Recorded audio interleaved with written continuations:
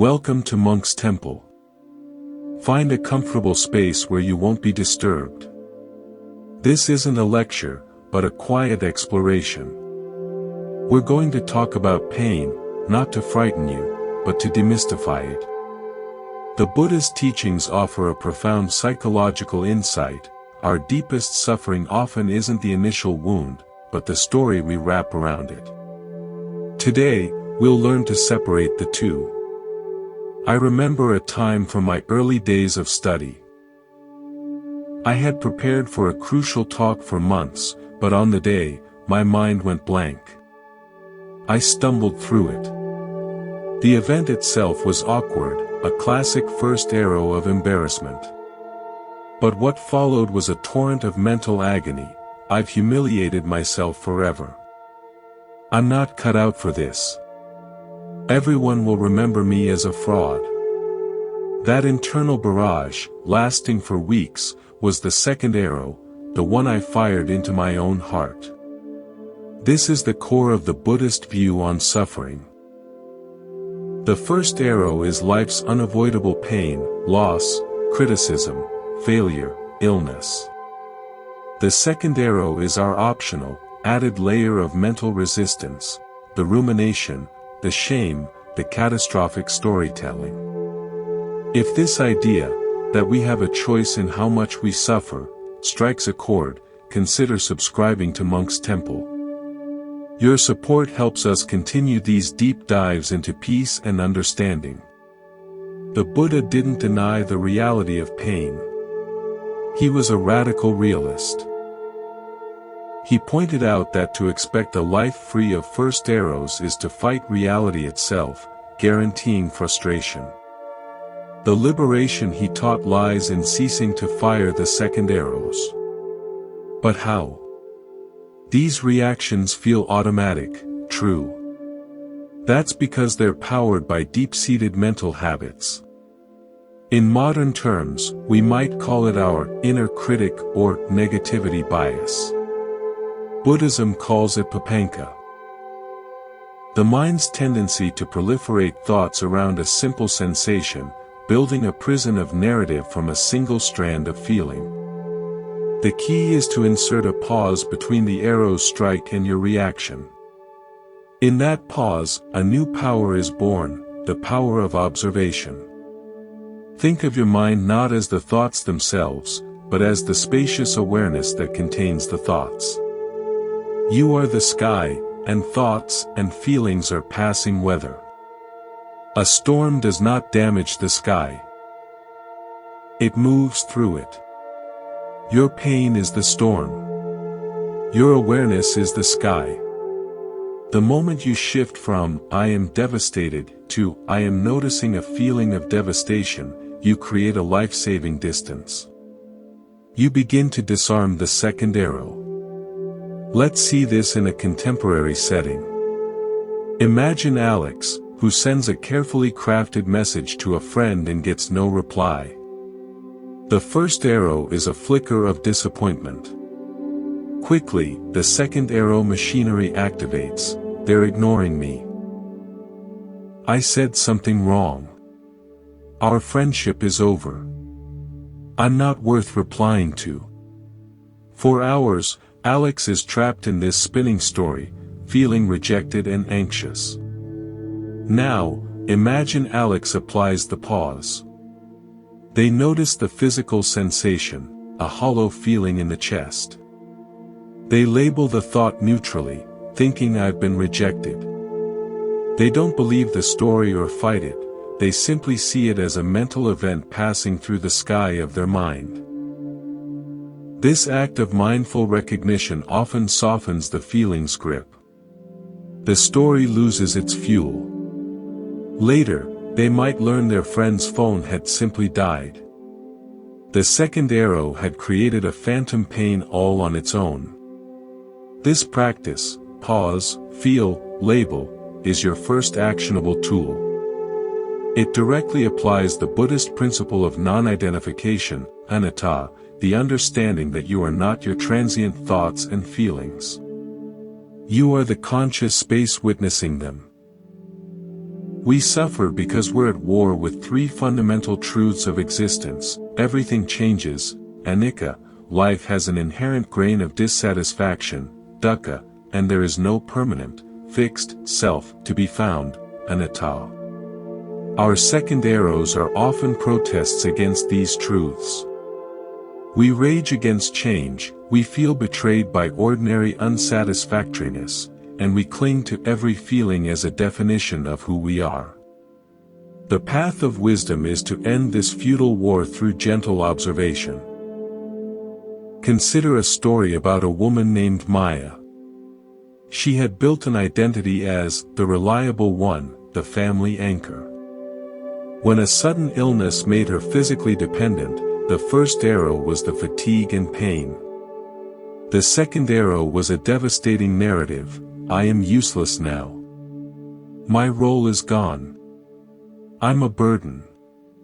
Her suffering was magnified tenfold by this story of lost identity. Through guidance, she began to observe these thoughts as the useless story, and the feelings as sensations of heaviness. She discovered a part of her awareness that was simply present, not useful or useless, just awake. From that place, she could receive care without shame. Her value was no longer tied to her doing, but to her being. She stopped fighting the reality of her condition and found a new kind of peace within it. This is our starting point, to see the seam between the pain that happens and the suffering we add. Your practice this week is simple. Each time you feel a sting of any kind, frustration, worry, sadness, ask, where is the first arrow? What is the bare fact? And then, where is the second arrow? What story am I telling about it? Just asking the question begins to loosen the story's grip. You are not your pain. You are the awareness that knows the pain. This is the first and most profound step on the path. Let's continue our journey at Monk's Temple. Having understood the crucial difference between the first arrow and the second, we now turn to the fertile ground where that second arrow grows, our craving for life to be different than it is. The Buddha identified this craving, this desperate pulling toward pleasure and pushing away of pain, as the very engine of suffering. Modern psychology might frame this as our avoidance strategies, or conditioned responses. Together, they form a powerful lens to understand why we so often get in our own way. The mind possesses a seemingly logical but ultimately flawed formula: pain equals bad. Therefore, eliminate pain equals good. So we devise brilliant, intricate strategies to eliminate or numb the feeling of pain. We scroll, we binge, we argue, we overwork, we chase one pleasurable distraction after another. Buddhism asks us to examine this formula with ruthless kindness. It points out that the energy spent in this frantic avoidance is often more exhausting and destructive than the original pain itself. It's like being stabbed with an arrow and then, in your panic to get away, running deeper into the woods and tearing the wound wider on every branch. This brings us to an original metaphor: the sealed room. Imagine your psyche as a house. When a painful feeling arises, say, grief, it's like a particular room begins to emit a strange, unsettling odor. The instinctive reaction is to rush to the door, slam it shut, lock it, and perhaps even pile furniture against it. You then spend all your energy avoiding that hallway, pretending the room doesn't exist, and spraying air freshener everywhere else. But the odor seeps out. It taints the whole house. Your life becomes about managing the seepage, not addressing the source.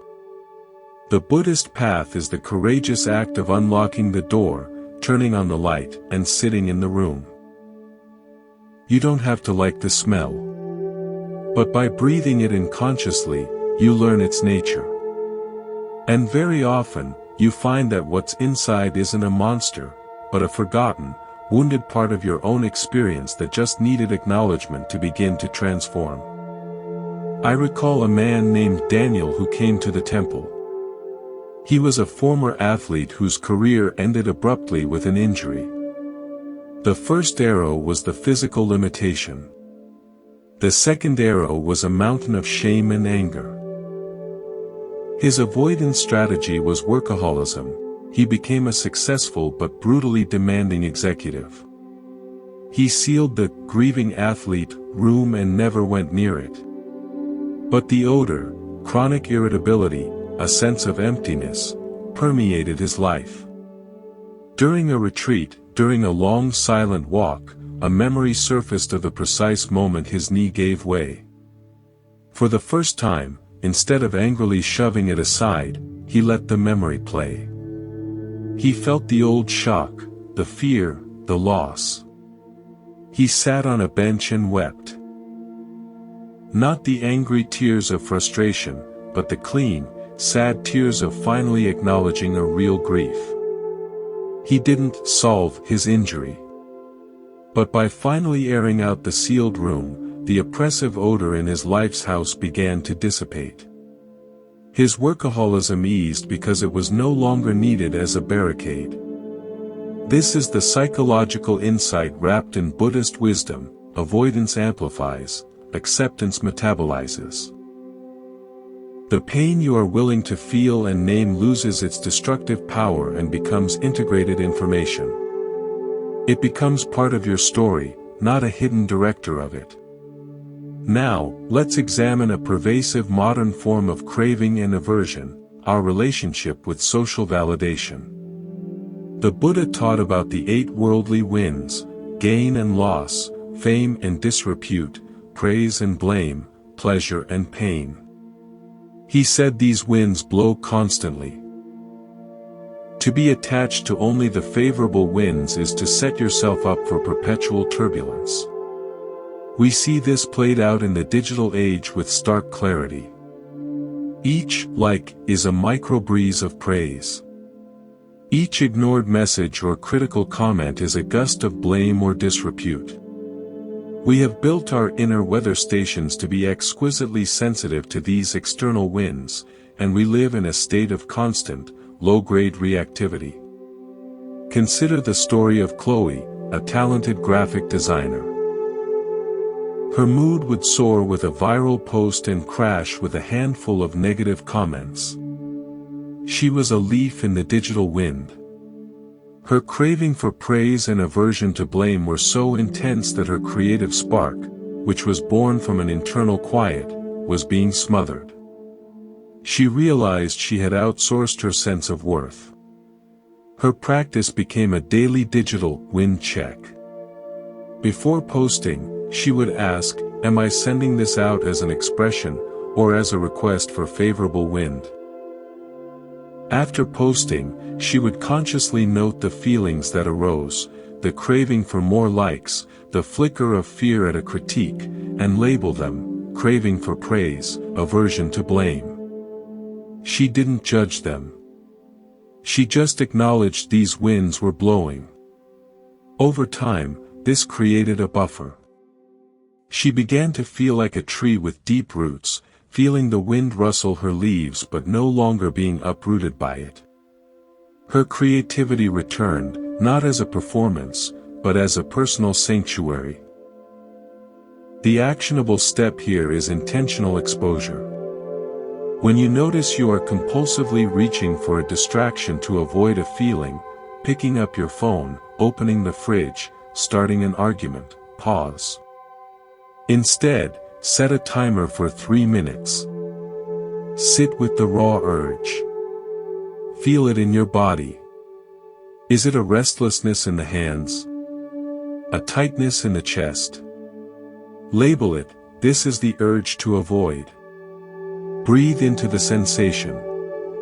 You are not feeding the craving or fighting the aversion. You are simply studying its mechanics.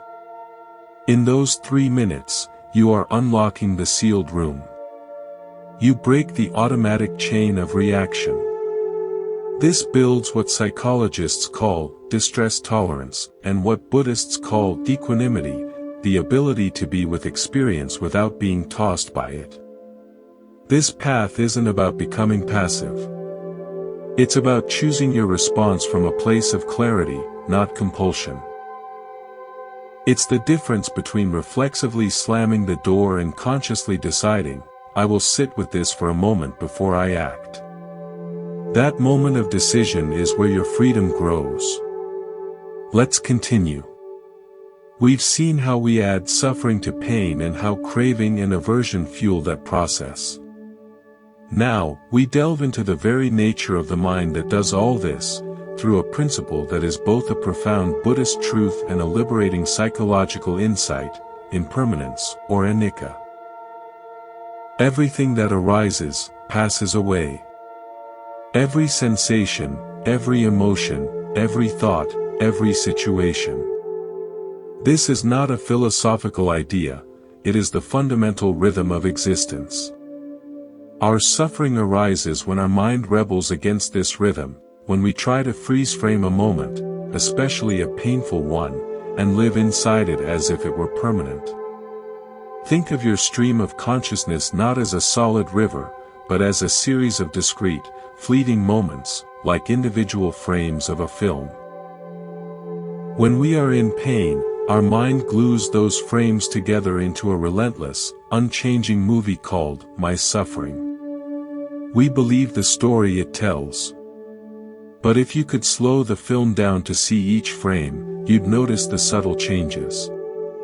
The pain in your heart is not one solid ache, it's a flickering constellation of sensations, a throb, a warmth, a pressure, a coolness, each arising and vanishing in microseconds. The thought, I can't bear this, arises, hangs for a moment, and is replaced by another. Our agony comes from fusing these fleeting moments into a permanent state. I'd like to introduce a new metaphor, the cloud watcher. Imagine you are lying in a field, watching clouds. A dark, ominous storm cloud drifts into view. The untrained mind sees it and thinks, this terrible cloud is here. The whole sky is now dark forever. This ruins everything. It begins to tell stories about the coming rain, the cancelled plans, the general gloom of life. The trained mind, the cloud watcher, sees the same cloud and thinks, ah, a cumulonimbus. How interesting its shape. It is here now. And look, it is already changing form, already moving from the west to the east. Behind it, I can see patches of blue. The cloud is not denied, but it is not granted permanence or absolute authority over the sky. Your painful feelings are those clouds. Your awareness is the vast sky and the patient watcher. A student of mine, Anya, struggled with bouts of intense social anxiety. In a group, a wave of panic would hit. The first arrow was the physiological rush, racing heart, tight throat. The second arrow was the story, this is my anxiety. It's back. It will last for hours. I am an anxious person. One day, I asked her to become a scientist of her own experience. During the next episode, instead of fighting, she was to silently note every tiny change she could detect. Heart beating fast, heat in face, thought, they can see me panic, breath is shallow, okay, now the heat is shifting to my neck, heart rate is maybe a tiny bit slower, new thought, just keep breathing. To her astonishment, by meticulously tracking these micro-changes, she witnessed the permanent wave of anxiety peak, change texture, and begin to subside in a matter of minutes. The monster became a process. The solid cloud revealed itself to be a passing weather pattern. This didn't stop the anxiety from arising, but it completely dismantled her terror of it. This practice of micro-tracking impermanence is a powerful actionable tool. When gripped by any strong emotion, drop your attention from the story to the raw, physical sensations. Investigate them with curiosity. Is the sadness a heaviness? Where exactly? Does it have a temperature? A texture? Is it constant or pulsing? You will find it is always moving, shifting, dancing. This direct experience of impermanence is a deep antidote to despair. It proves, in your own body, that no state is final. The Buddha also taught about non-self, or anatta. This is closely linked. We say, I am angry. We identify completely with the passing weather. But are you? Is the anger you? Or is anger something that is happening? Is the pain you? Or is it an experience appearing in the field of your awareness? This isn't a semantic game. It's a critical investigation that loosens the tightest knot of suffering, the belief that this painful thing defines my entire being. Let me share a story about a retired teacher, Martin. He had defined himself by his role, I am a teacher. In retirement, he felt a profound loss of purpose, a deep emptiness. I am nothing now, he thought. The feeling of emptiness was the first arrow. The story, I am nothing, was the devastating, identity-level second arrow. We worked with the question of anatta. When you were teaching, I asked, were you only a teacher? Or were you also, in different moments, a tired man, an enthusiastic reader, a worried father, a person enjoying a cup of tea? He saw that teacher was a role, a temporary constellation of activities and thoughts. The emptiness, then, was not the revelation of a truth that he was nothing, but the painful space left when one major, beloved role had retired.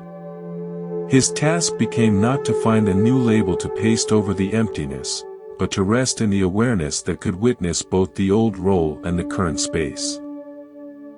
He began to explore other interests not as a new self to build, but as expressions arising from this aware space. He moved from, I am nothing, to, in this moment, there is experiencing. The suffering lifted. Your sense of self is a process, not a thing. It's more verb than noun. Suffering hardens the process into a solid, wounded noun, I am a failure, I am unlovable, I am a sick person. Mindfulness softens it back into a verb. Failing is happening, feeling unlovable is arising, illness is being experienced. This grammatical shift is a revolution in consciousness. It returns agency and spaciousness. So, this week, practice being the cloud watcher of your inner sky. When a difficult cloud appears, don't get lost in its story. Note its shape, its edges, its movement. And ask gently, am I this cloud, or am I the sky that holds it? This question is the beginning of true freedom. We've explored the arrows we shoot, the cravings that drive us, and the ever-changing nature of our experience. Now, we arrive at a pivotal crossroads, the choice between reacting and responding. This is where Buddhist equanimity meets modern emotional intelligence, creating a practical toolkit for navigating daily life. The space between a stimulus and your action is where your freedom lives. In that space, you can choose the second arrow, or you can choose wisdom. Most of our communication, especially in conflict or stress, is reaction. It's the knee-jerk retort, the defensive posture, the sharp email sent in haste, the withdrawal into cold silence. Reaction is the second arrow launched outward. It is automated, fueled by unconscious stories and aversions. A response, however, is conscious.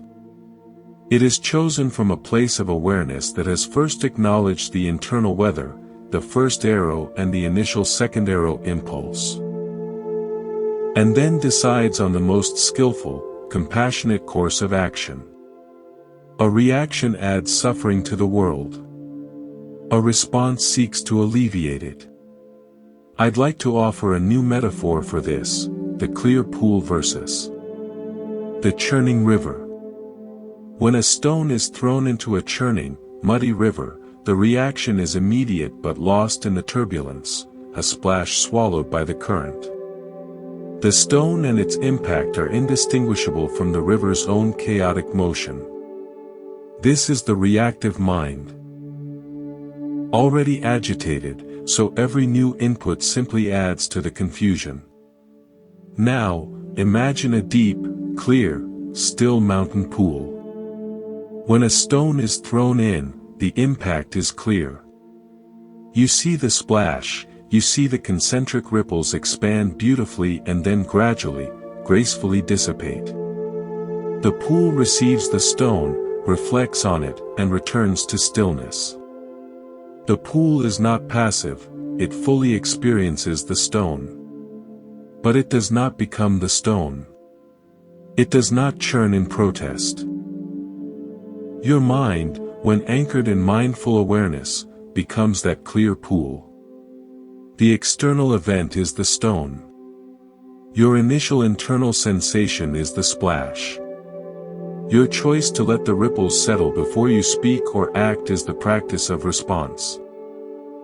A vivid example comes from a couple I once counseled, Liam and Noah. Their pattern was classic: one would make a critical remark, the stone, and the other would instantly react with a counter-criticism or a slamming door, the churning river. The initial sting would escalate into days of resentment. We worked on building the clear pool. Their agreement was this: upon feeling the sting of a critical comment, the listener had to first silently acknowledge the first arrow, ouch, that hurt. And the second arrow impulse, I want to snap back. Then, they had to say just one thing, I need a moment. They would go to separate rooms for 10 minutes, not to stew, but to do a short mindfulness practice, feeling the bodily sensations of hurt and anger without feeding the story. Then, they would reconvene. The difference was miraculous. Having let the initial ripples settle, they could now actually hear what the other was trying, however clumsily, to communicate. They moved from a cycle of mutual reaction to a practice of conscious response. They weren't avoiding conflict, they were engaging in it wisely. This is the embodiment of the Buddhist concept of samavaka, right speech. Right speech isn't just about being nice. It's speech that is truthful, helpful, timely, and spoken from a kind heart. You cannot engage in right speech from a reactive, churning river mind. You can only practice it from the clear pool of a mind that has paused and considered the impact of its words. Let's apply this to a modern workplace scenario. Imagine Sam, a project manager, receives a late-night, brusque email from a senior leader pointing out a flaw in his report. The first arrow is alarm. The second arrow reaction is a cocktail of defensiveness, shame, and anger. How dare they send this now? They don't see all my other work. I'll show them. The churning river reaction might be to fire off a defensive reply or to spiral into sleepless anxiety. The clear pool response looks different. Sam closes the laptop. He acknowledges the feelings, feeling attacked. Feeling defensive. Body is tense. He might even write a draft of the furious reply, but he does not send it. He sleeps on it. In the morning, after meditation or a walk, he rereads the email, separating the core feedback, the stone, from its abrasive tone, the river it was thrown from. He then crafts a response that acknowledges the flaw, outlines a correction plan, and if appropriate, calmly sets a boundary about after-hours communication. This response protects his dignity, addresses the issue, and potentially improves the professional relationship. The problem is solved without adding new problems. The actionable practice here is the PACE protocol for difficult communications. P. Pause. Do nothing. Breathe. A. Acknowledge your internal weather without judgment. C. Consider the intention and the possible suffering behind the other person's words or actions. E. Engage with an action or speech that aims to reduce suffering, not increase it. This protocol builds a habit of moving from the limbic system's reactivity to the prefrontal cortex's wise response. Ultimately, this teaching is about agency. Painful situations will arise. Other people's stones will be thrown into your pool. You cannot control that. But you have sovereignty over the depth and clarity of your pool. Through consistent mindfulness practice, your silt settles, the water clears, and you gain the capacity to receive impact without losing your essential nature. You move from being a victim of circumstance to a sovereign respondent to life. This is not about achieving perfect calm. It's about recovering your clarity more quickly each time. The ripples will come. Your practice is to know you are the pool, not the ripples, and to trust in your ability to return to stillness. We've mapped the territory of personal suffering and response. Now, we expand the view to a profound Buddhist principle that transforms pain from a solitary burden into a connective thread, compassion, or karuna. The Buddha taught that the end of suffering is not a private, insulated peace, but a boundless, active care that arises when we see our own pain reflected in the world around us. The deepest psychological healing often occurs not by focusing solely on ourselves, but by turning our cared-for attention outward. Your pain, understood wisely, becomes the very bridge to others. There is a critical misunderstanding to clear up. Compassion is not pity, nor is it a draining obligation to fix everyone. True compassion, in the Buddhist sense, is the natural, warm-hearted response of a heart that understands suffering intimately. It says, "I see you are in pain. I feel a resonance with that because I, too, know pain. I hold space for you in this."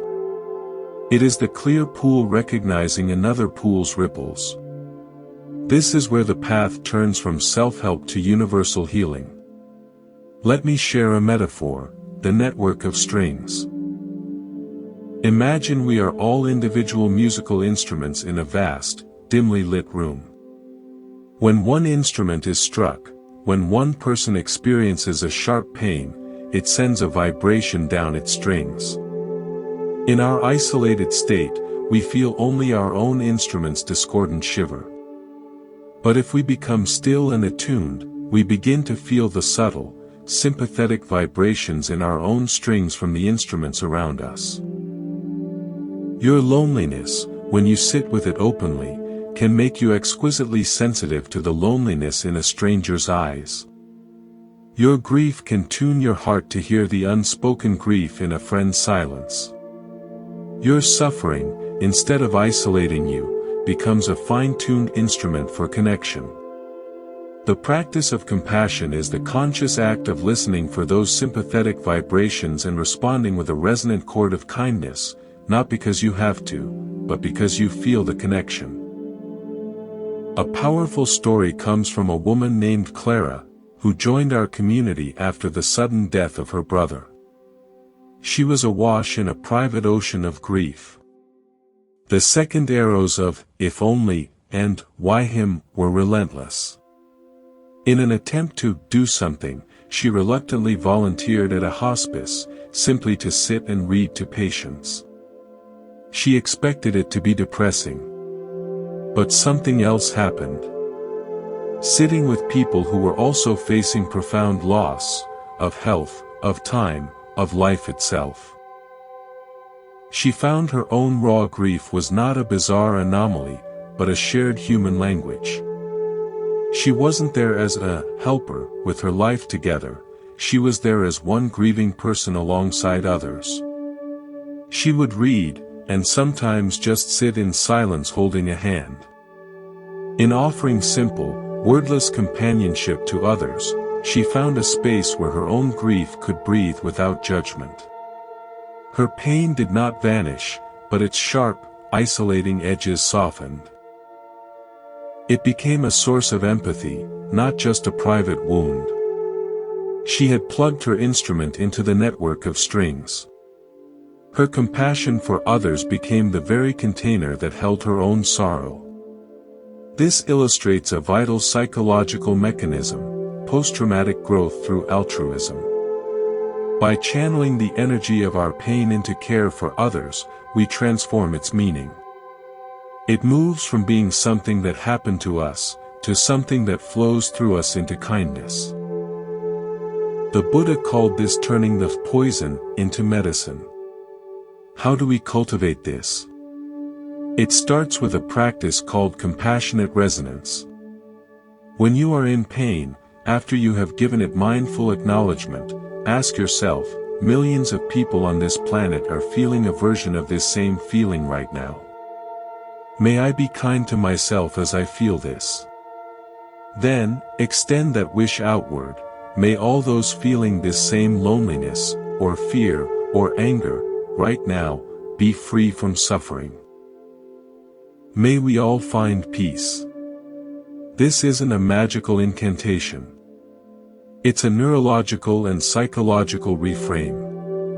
It shifts your brain out of the narrow, me versus my pain, story and into a broader, more connected, we narrative.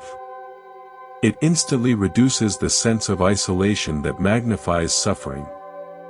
Now, let's apply this to a very common modern pain, professional envy. You see a colleague get the promotion you wanted. The first arrows are sharp disappointment and insecurity. The second arrows spin stories of unfairness and personal inadequacy. This is a deeply isolating pain. The compassionate response begins inwardly, this hurts. It's okay to feel this. Many people know this sting of professional disappointment. Then, you consciously turn toward that colleague. Can you, even if just for a moment, genuinely wish them well? May they succeed in their new role. May it bring them happiness. This is not about being a doormat or denying your own ambition. It is about refusing to let your pain poison your heart with bitterness. By deliberately generating a wish for another's well-being, you break the corrosive cycle of envy. You reclaim your inner peace. Often, this very peace then opens doors you were too tense and resentful to see before. The ultimate teaching here is that your heart is not a container of limited resources, where care for others depletes care for yourself. It is more like a muscle. The more you exercise it in genuine compassion, starting with yourself and extending to even difficult others, the stronger and more resilient it becomes. Caring for others, from this connected space, becomes a source of energy, not drain. So today, practice seeing your pain as a tuning fork. Let it attune you to the silent frequencies of struggle around you, in your family, your workplace, the weary cashier, the frustrated driver. Let your internal whisper be, I feel this. Perhaps you do, too. We are in this together. In that recognition, the second arrow of isolation falls away, and a profound, unshakable belonging takes its place. Let us continue. We've journeyed through the architecture of personal suffering and the expansive field of compassion. Now, we turn to a concept that is the very bedrock of Buddhist practice and the key to sustainable change, the middle way. This is not a philosophy of lukewarm compromise.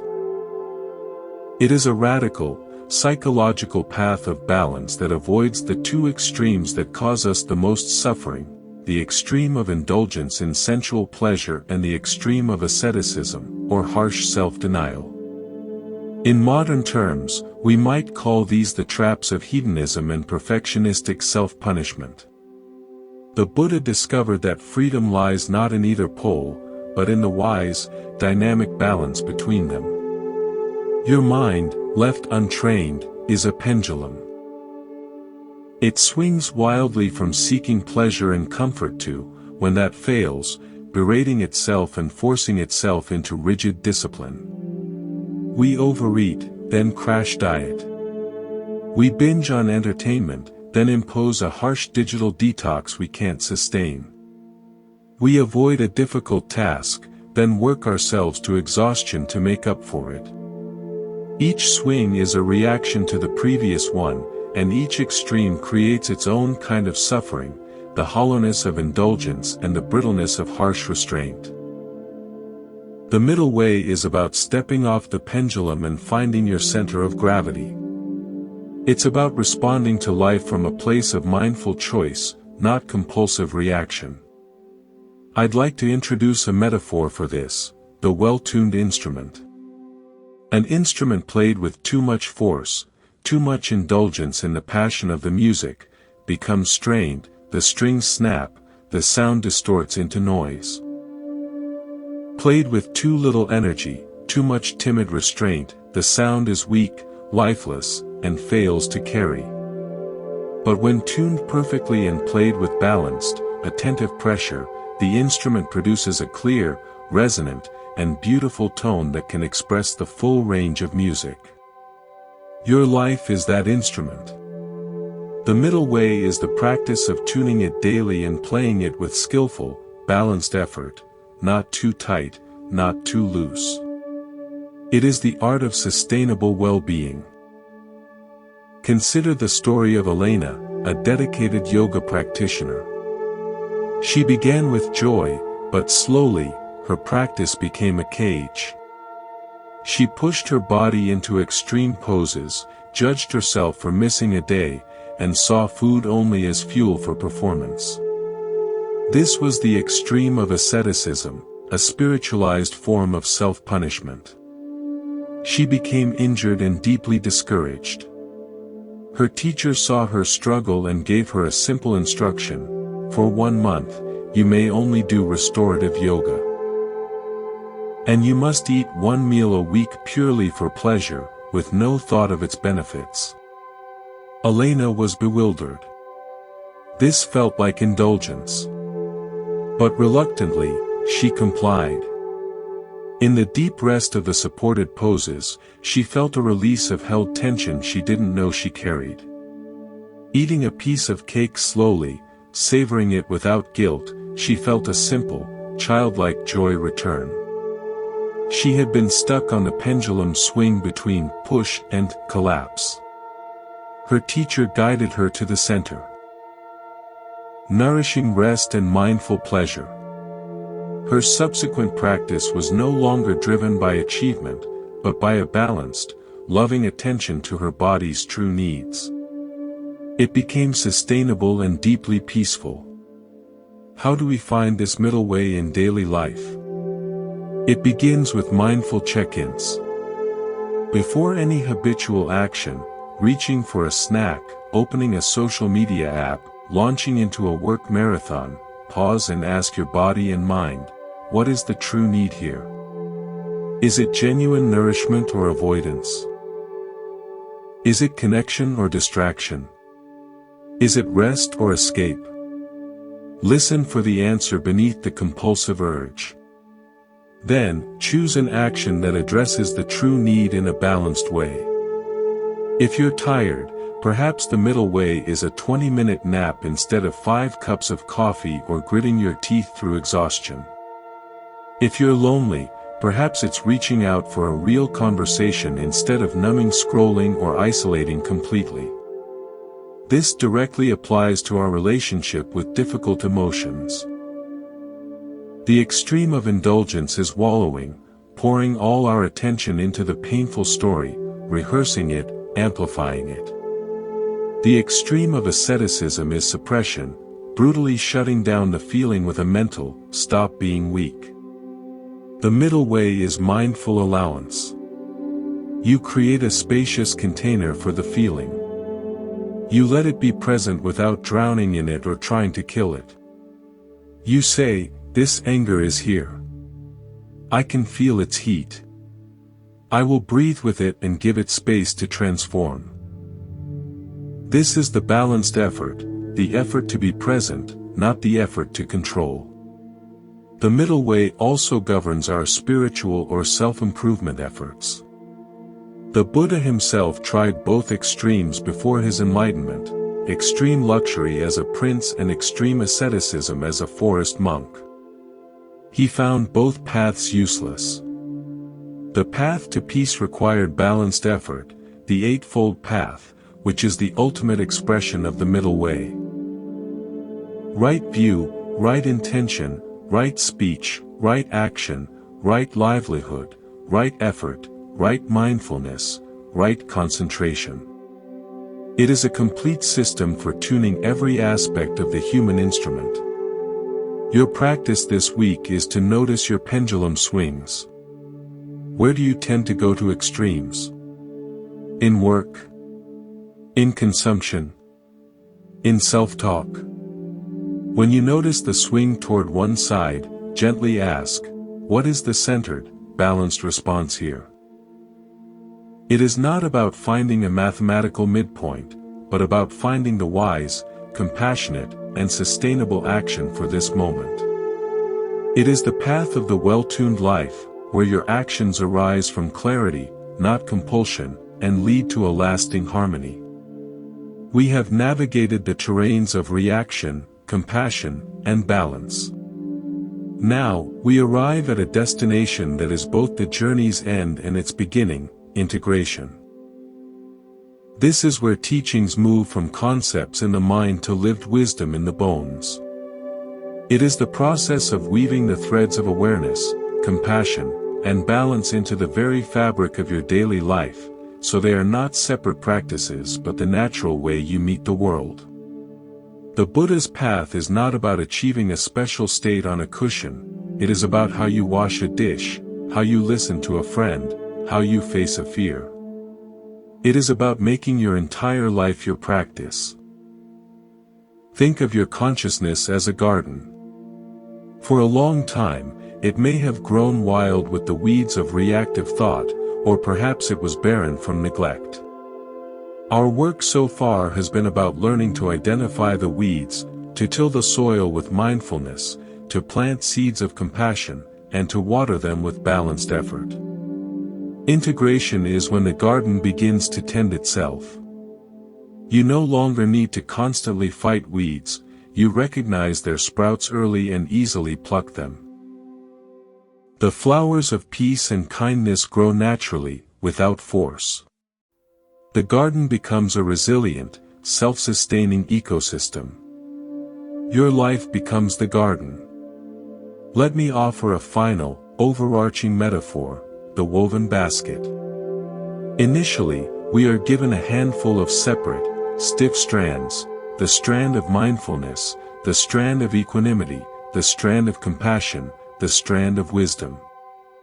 They are useful, but alone, they are limited.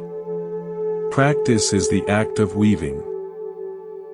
With each mindful breath, you cross the strand of awareness over the strand of your present moment experience. With each compassionate response, you weave the strand of care through your interactions. Slowly, with consistent, gentle effort, these separate strands begin to form something new, a container. A woven basket. This basket is your integrated being. It is strong, flexible, and has depth. It can hold anything life pours into it, joy, sorrow, triumph, loss, without breaking. The basket does not resist what it holds, it provides a safe, resilient space for it all. Your practice is complete not when you have no more pain, but when you have woven a basket of awareness so sturdy and spacious that no pain can destroy it.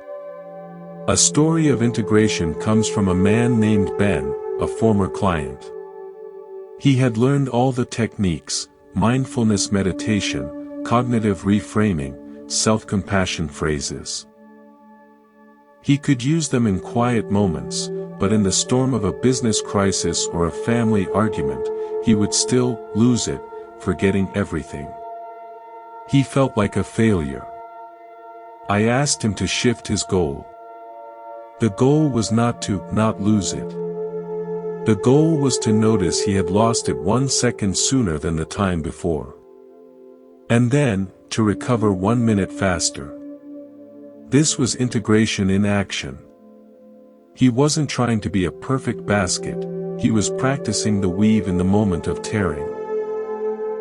One day, during a heated conference call, he felt the familiar surge of anger. But this time, in the middle of raising his voice, he heard himself. He noticed the weave straining. And he did something remarkable. He paused and said, I need to rephrase that. I'm reacting from frustration. Let me try again. The room fell silent, then the tension dissolved. That moment of catching himself in the act and skillfully repairing the weave was the moment his practice became integrated. It was no longer a separate tool, but the very material of his communication. How do we cultivate this integration? Through rituals of return. Design tiny, non-negotiable anchors in your day that call you back to your woven self. It could be 3 conscious breaths before you check your phone in the morning. It could be feeling the water on your hands for the first 30 seconds of a shower. It could be a moment of gratitude before your first bite of lunch. These are not major meditations. They are stitches in the weave. They constantly repair the connection between your autopilot life and your conscious awareness. Over time, the space between these stitches shrinks, until your whole day is held in conscious fabric. Ultimately, the Buddha taught that this integrated, awakened life is our natural state. We are not building something new from scratch. We are uncovering, remembering, and disentangling the luminous awareness that has always been there, beneath the clutter of second arrows and conditioned reactions. The pain of life becomes the very material for your weaving. The difficult person becomes the teacher of your patience. The loss becomes the revealer of your depth. The mundane moment becomes the sanctuary for your presence. So, as we near the end of our talk, let your intention be simple: weave your basket. With every mindful breath, you are crossing a strand. With every kind thought, you are strengthening the weave. With every balanced response, you are creating more space to hold your beautiful, messy, human experience. You are not just learning about Buddhism, you are becoming a living expression of its most profound truth. That within you is an unshakable freedom, and every moment is an opportunity to weave yourself into its realization. As we near the completion of our journey together, we arrive at a quiet but essential truth: the power of letting go. This is not a passive surrender, but an active, wise release of what no longer serves you. In Buddhism, this is known as non-attachment, not a cold detachment from life, but a fluid, open-handed engagement with it. Psychologically, it is the skill of emotional and cognitive diffusion, the ability to hold thoughts and feelings lightly so they don't harden into prisons. To navigate painful situations with grace, you must master the art of letting go, of outcomes, of identities, of old stories, and of the need for the pain itself to mean something definitive about you. Imagine you are walking a path with a backpack. Each time you experience pain, you have a choice. You can examine the pain, learn from it, and leave it on the path, or you can pick it up, label it, and put it in your pack. Most of us, unconsciously, do the latter. We pack away every slight, every failure, every fear. We carry the weight of years. Letting go is the conscious, sometimes daily, decision to stop, open the pack, and remove stones you no longer need to carry. It doesn't mean the stones didn't exist. It means you're choosing to travel lighter now. Your back thanks you. Your spirit thanks you. And the path ahead becomes clearer. I'd like to offer a metaphor for this, the riverbank and the leaf. You are sitting on the bank of a wide, flowing river. Your thoughts and feelings are like leaves floating on the surface. The untrained mind sees a painful thought, a leaf labeled, "I'm not good enough," and jumps into the river. It clutches that leaf, fights the current to hold on to it, gets soaked and exhausted. The trained mind stays on the bank. It sees the leaf. It acknowledges, the not good enough leaf is floating by again. It may watch it with interest, but it does not jump in. It lets the river carry the leaf away. It understands that the river is always moving, and new leaves, thoughts of peace, joy, clarity, are always coming. Letting go is not pushing the leaf away, it is simply refusing to jump into the cold water after it. You remain grounded in the awareness on the bank. A story of letting go comes from a woman named Priya. For years, she carried a story of resentment toward a former friend who had betrayed her trust. The event was long past, but she revisited it constantly, keeping the wound fresh. The first arrow was the original betrayal. The second arrow, which she had been firing for a decade, was the story, "I am a victim. People can't be trusted." It was a heavy stone in her pack. During a retreat, during a meditation on forgiveness, she was guided not to forgive the other person, but to forgive herself.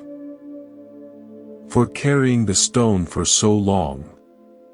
She was asked to visualize placing the stone, the hard, cold weight of that story, on the ground beside her. She did. And she reported feeling a literal, physical sensation of lightness in her chest. She had not condoned the past action. She had simply decided to stop carrying the weight of it into her future. She let the leaf float by. Her energy freed up, and she found herself more open and present in her current relationships. How do we practice this? Through a ritual called conscious release. At the end of each day, take 5 minutes. Sit quietly. Review the day and identify one thing you are ready to release. It could be a worry that didn't come true, a harsh self-judgment, a lingering irritation from an interaction.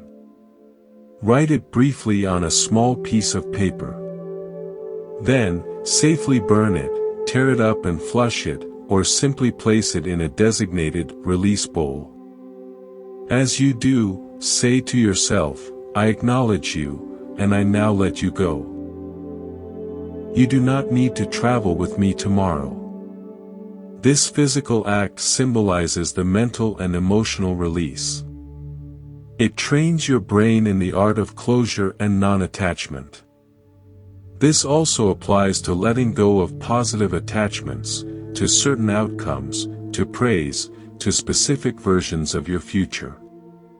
Attachment to how things should be is a major source of suffering when life inevitably unfolds differently. The middle way guides us here. Engage fully, do your best, but then open your hands and release your grip on the result. This is the essence of skillful action without desperate clinging. Your practice this week is to become a watcher on the riverbank. When a painful or repetitive thought arises, literally say to yourself, "Leaf on the river." And return your attention to your breath, your body, the actual moment you are in, the solid ground beneath you. You are training in the ultimate freedom. The freedom to choose what you hold on to, and what you allow to flow on by. We have walked through many concepts: the two arrows, the clear pool, the woven basket, the riverbank. Now, we arrive at the heart of the matter, living the wisdom. This is where everything converges. It's not about accumulating more knowledge, but about embodying what you already understand. The Buddhist teachings were never meant to be a philosophy to agree with, but a path to walk, a reality to live. Your life, just as it is, with all its pain and beauty, is your practice ground. Enlightenment isn't a distant finish line, it's the quality of attention you bring to this very step. Think of everything we've discussed not as separate tools, but as different facets of a single gem. That gem is awake presence. Mindfulness is its clarity. Compassion is its warmth. Letting go is its openness. The middle way is its balance. You don't need to remember 10 different techniques. You only need to remember one thing: return to awake presence. In any painful situation, amid any storm of thought or feeling, you can pause and ask, what is happening within the field of my awareness right now? That simple turning of attention inward is the beginning and end of the path. It is the home you never left. Let me share a final, unifying metaphor: the lighthouse and the storm. You are the lighthouse. Your problems, your pain, your changing moods, these are the storm. The wind, the waves, the crashing surf. For so long, you may have believed you were the storm. You thrashed and raged with it, trying to control the weather. Or you became lost in the fog, disoriented. The practice is the realization that you are the lighthouse. The storm may rage around you, but at your core is a steady, unwavering light of conscious awareness. You do not stop the storm. You cannot calm the sea. But you can remain steadfast, shining your light. Your compassionate, clear attention into the turbulence.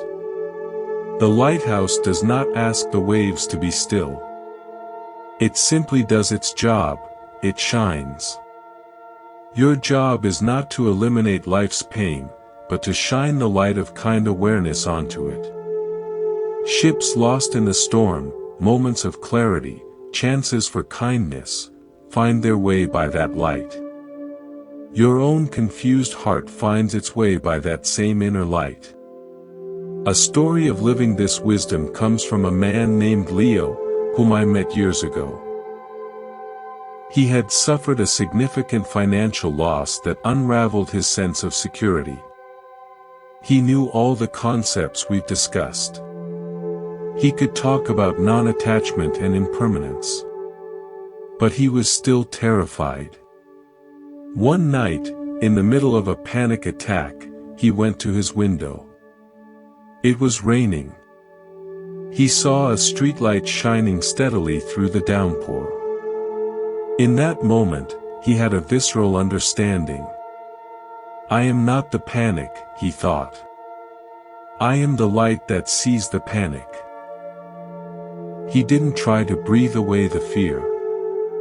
He simply stood there, being the awareness that witnessed the storm of fear crashing through his body. He was the lighthouse. And just as a storm eventually exhausts itself, the panic, held in that steady light, began to subside. From that night on, his practice changed. It was no longer about managing his life, it was about being the unwavering witness to his life. He began to live from the lighthouse. So, how do you live this wisdom daily? You don't need grand gestures. You simply anchor in the mundane. Wash the dish, and be the lighthouse shining on the sensation of warm water. Listen to a friend, and be the lighthouse shining on the sound of their voice, free of your internal commentary. Feel sadness, and be the lighthouse shining on the heaviness in your chest. In each of these moments, you are practicing the integrated path. You are being mindful, shining the light, compassionate, shining it with warmth. Balanced, shining it steadily, and non-attached, shining it without needing the object to change. Your life will continue to have pain. First arrows will fly. But you now have a refuge that cannot be shaken, your own nature as aware, compassionate space. You have learned to pause before firing the second arrow. You have learned to meet your experience with the clear pool of your mind. You have learned to weave a basket spacious enough to hold it all. This is not the end of growth, but the beginning of a new way of being. As we close, take a gentle breath. Feel the alive silence beneath these words. That silence is your lighthouse. That awareness is your true home. No matter what storms life brings, you can always return here, to this quiet, knowing presence. You are not just a visitor to wisdom, you are its living expression. Thank you for walking this entire path with me at Monk's Temple. May the light of your own awareness guide you through every season. May you meet all of life with a compassionate heart and a steady mind. May you be peaceful, may you be free. Good night.